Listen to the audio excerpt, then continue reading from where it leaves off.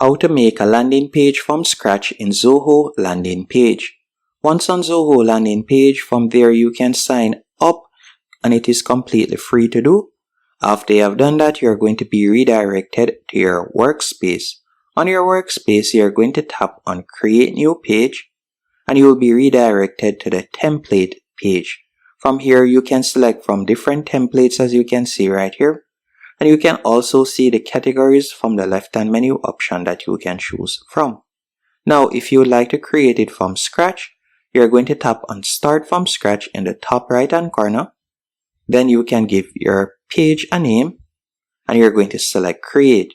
Now, after tapping on Create, you'll be redirected to the editor page. On the editor page, there are a few things that I want you to pay attention to. For example, by going over to the top left-hand corner, you will find all of your elements by selecting Insert. After selecting Insert, you can see all the elements right there. So you can drag and place the heading. You can also drag and place the text box. As you can see right there, you can add buttons. You can add image with text. You can also add the gallery if you want. And you can scroll down. You could add a carousel or anything that you would like to add to your Zoho landing page. You'll find it in this section. If it is a case that you like to add video, you could select media and you can add video, you can add audio. You can also access pop-up that you can quickly toggle on by selecting pop-up from the left-hand menu option. So as you can see, this is where you'll be able to access all of the customization features for your landing page. By the way, another thing that I want you to pay attention to, for example, if we were to tap on the header section, you can quickly customize the header. So for example, you can select whether you like the header to be floating, fixed, or transparent. After doing that, you can also tap on text. So you could edit the header border and spacing. So you can see how quickly you'll be able to customize it. You can also choose where you like the logo to be, whether it be style 1 or style 2. Now after selecting the style, all you'll need to do now to add your logo, you could tap on your logo right here. Then you're just going to tap on the 3 lines beside image. And from there, you'll be able to tap on change image. And you can upload your logo by selecting upload. Then you'll tap on insert. And you can see right there that the logo has changed. Now after changing the logo, you can add another section by tapping on add section.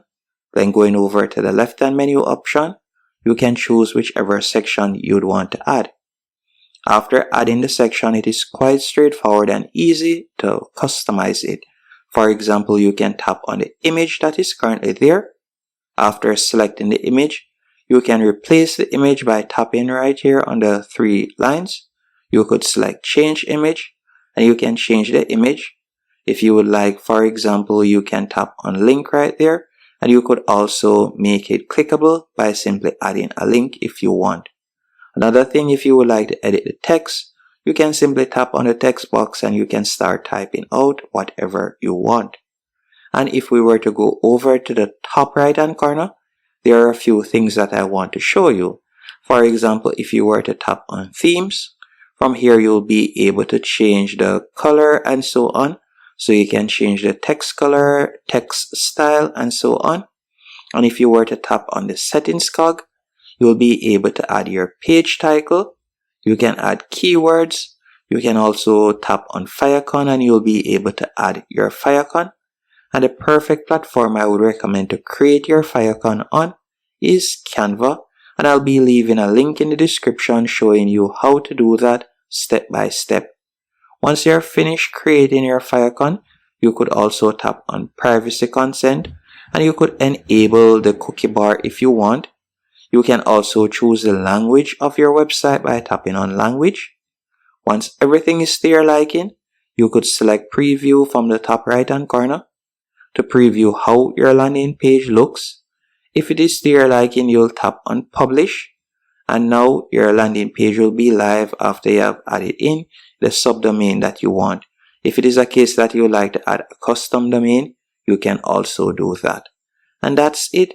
Hope you found this tutorial helpful. If you have any questions, let me know in the comment section. And thank you for watching.